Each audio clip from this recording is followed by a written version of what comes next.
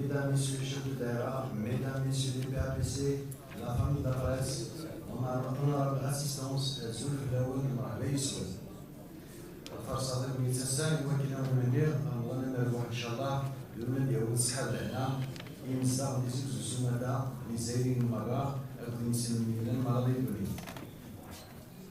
Avant de commencer mon intervention, je dois d'abord faire une récapitulation des points soulevés lors de la session du mois de septembre dernier. Malheureusement, on a remarqué aucun changement qui aurait pu améliorer la situation. Je dois rappeler certains détails dans quelques secteurs pour les booster ou revoir le niveau de gestion. S'il vous plaît, épargnez-nous la langue de bois.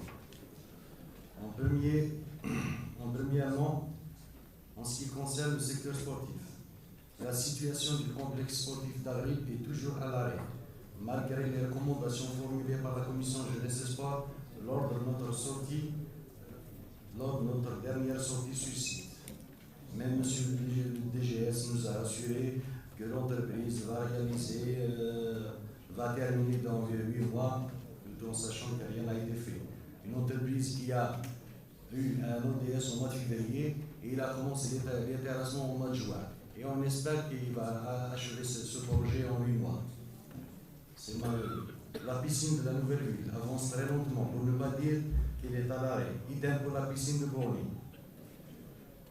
Je citerai aussi les grosses sommes d'argent versées au fond de Wilaya, article 659, chapitre 914, que je considère qu'il est en hibernation. J'aimerais bien avoir plus de détails sur la gestion de ce fonds.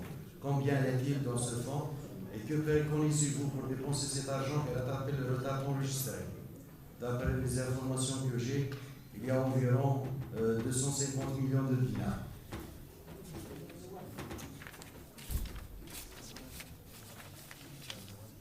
Le secteur de la culture. On attend toujours une réponse claire et nette à la question que j'ai posée le mois de septembre dernier.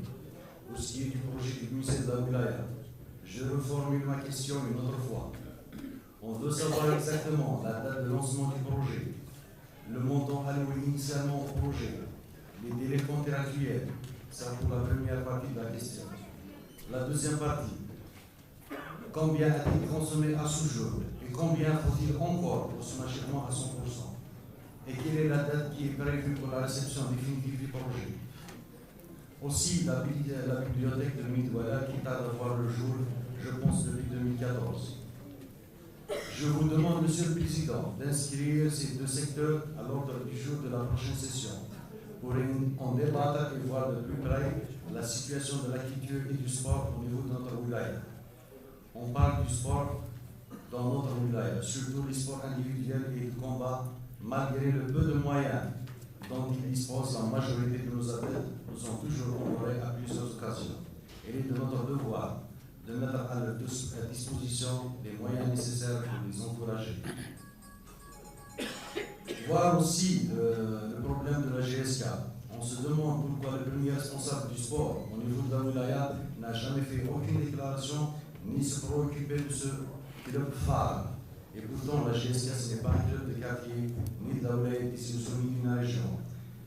C'est un club qui représente toute l'Algérie, vu son palmarès et son histoire.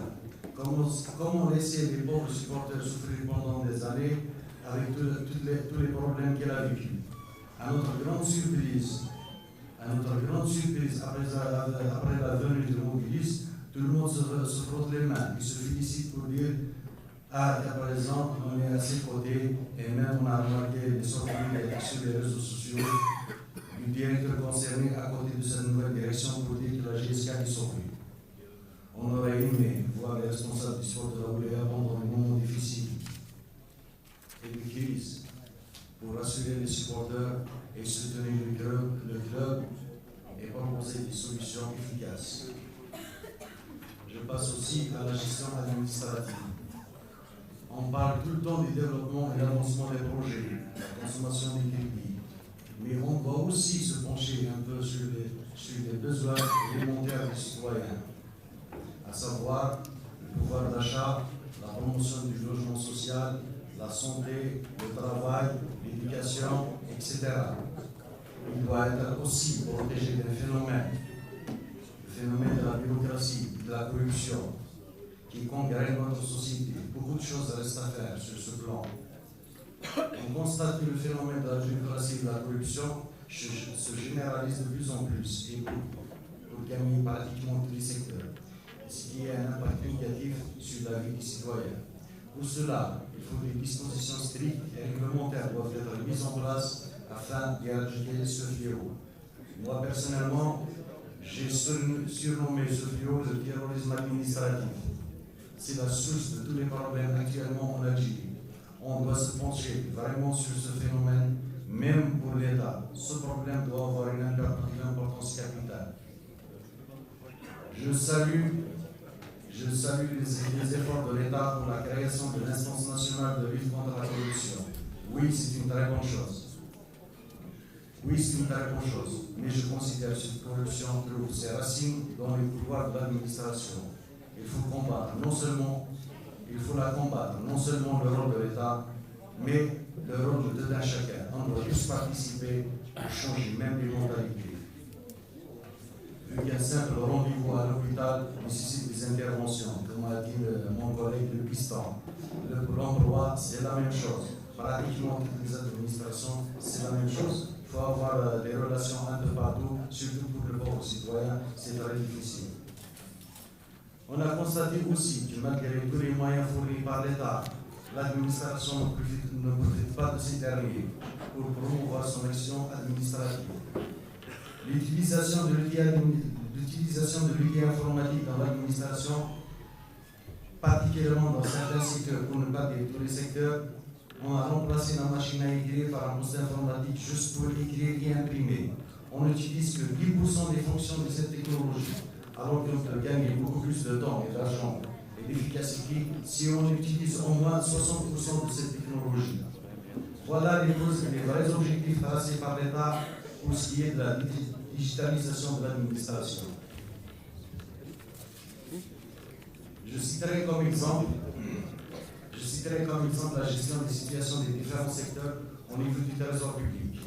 On a remarqué l'avancement physique des projets ne reflète pas l'avancement financier de ces derniers, en raison des retards de paiement des situations des entreprises. Au lieu de travailler à l'ancienne, la vérification des factures à la main en utilisant toujours des machines à calculer ou autres, pourquoi pas l'utilisation des logiciels de calcul et de correction et envoyer les courriers par voie intranet au lieu de transporter des cartons de papier à chaque fin du mois. On aura à gagner beaucoup plus de temps et d'efficacité. Au lieu de se focaliser sur la correction des factures et récupérer les centimes, je pense que le plus important est de stopper l'hémorragie au niveau du projet de barrage sur l'État pour récupérer les 15 000 € que perd le trésor public par jour au profit de l'entreprise en charge de la réalisation du projet. À ce jour, je ne sais pas si le problème de la liste des bénéficiaires de 271 logements est arrêté ou pas pour la levée de l'opposition afin de régler le conflit. Malheureusement pour notre wilaya, pour établir une liste bénéficiaire de 271 logements et leurs arrêtés pour relancer les travaux du projet qui est à l'arrêt. On perd pratiquement un logement par jour si on convertit les 15 000 € en dinars. Section travaux publics.